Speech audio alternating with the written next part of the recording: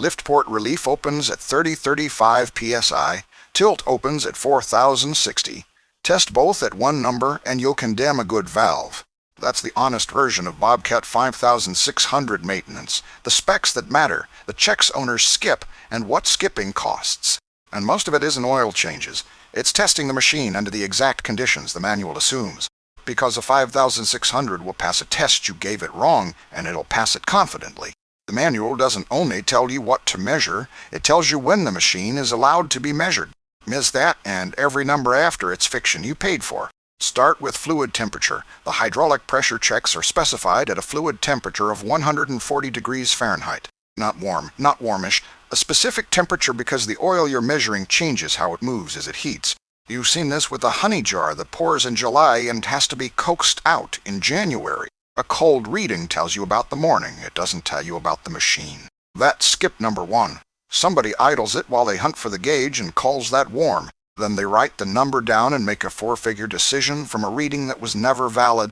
And here's the part that flips it. The machine already has a way to say the oil is too cold. We'll get to that code. It's in the factory table, and it says exactly what you'd hope. First, the pressures, because this is where the advice on this topic usually goes wrong. There isn't one relief setting on a 5600. There are several, and they don't share a number. The lift cylinder's port relief has its own spec.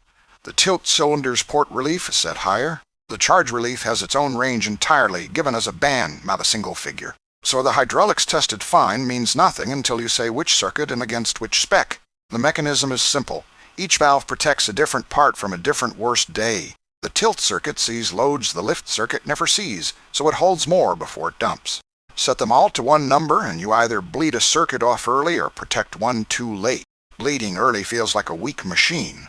Protecting late feels perfect, right up until something bends. That's skip number two, treating relief pressure as one setting instead of a list of separate ones. Now the check almost nobody runs and the one that quietly predicts the biggest bill.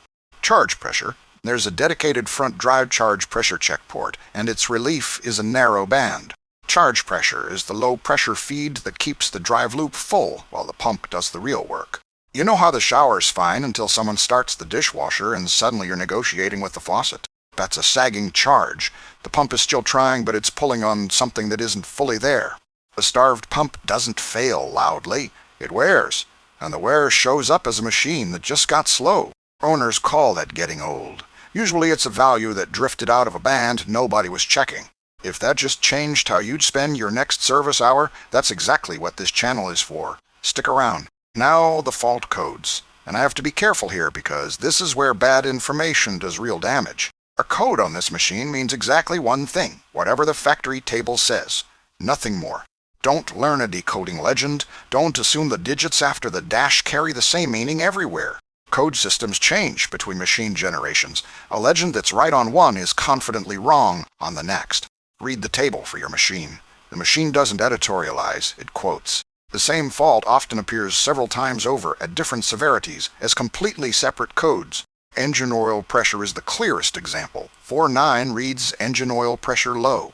That's the polite one. That's the machine mentioning it while the fix is still cheap. Then comes 4.14, engine oil pressure extremely low. Same subject, noticeably different tone. And then 4.15, which the table calls engine oil pressure shutdown level.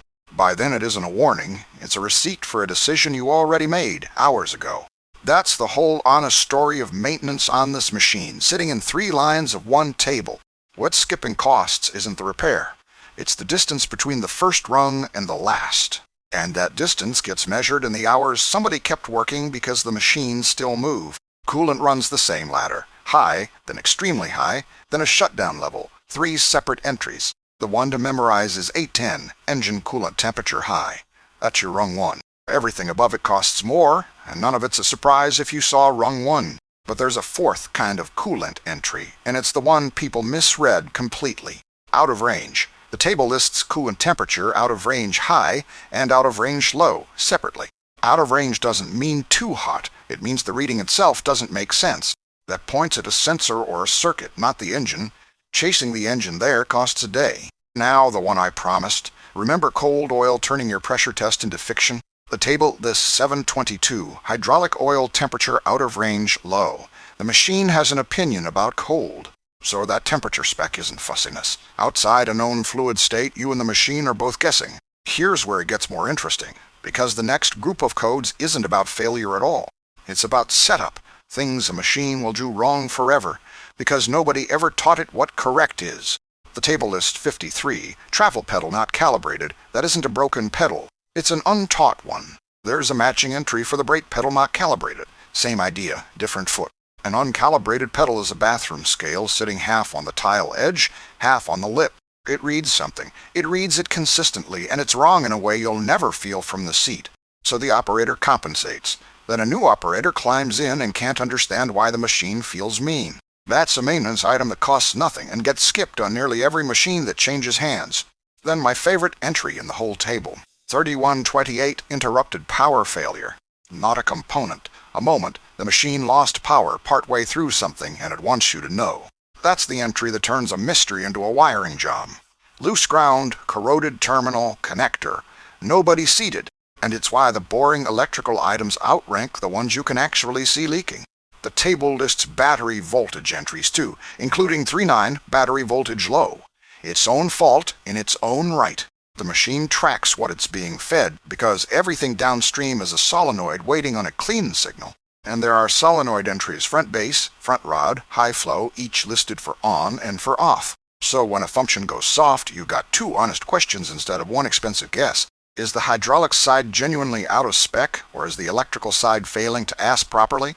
One of those you answer with a gauge at temperature on the correct port against that circuit's spec. The other you answer with a meter in 10 minutes. Most people buy the pump instead. And none of this is casual work. The manual states plainly that these adjustments can cause injury or death. Relief settings are called out for authorized service personnel, and the frame goes on jack stands before anyone's underneath. So right temperature, right port, that circuit's own number, and a code means what your table says, not what a legend says. Subscribe, and the next one walks the pressure test itself, gauge, ports, and the order that keeps readings honest. The exact specs are in the service manual linked below. Like this, if it saved you a guess, and subscribe for daily diagnostics.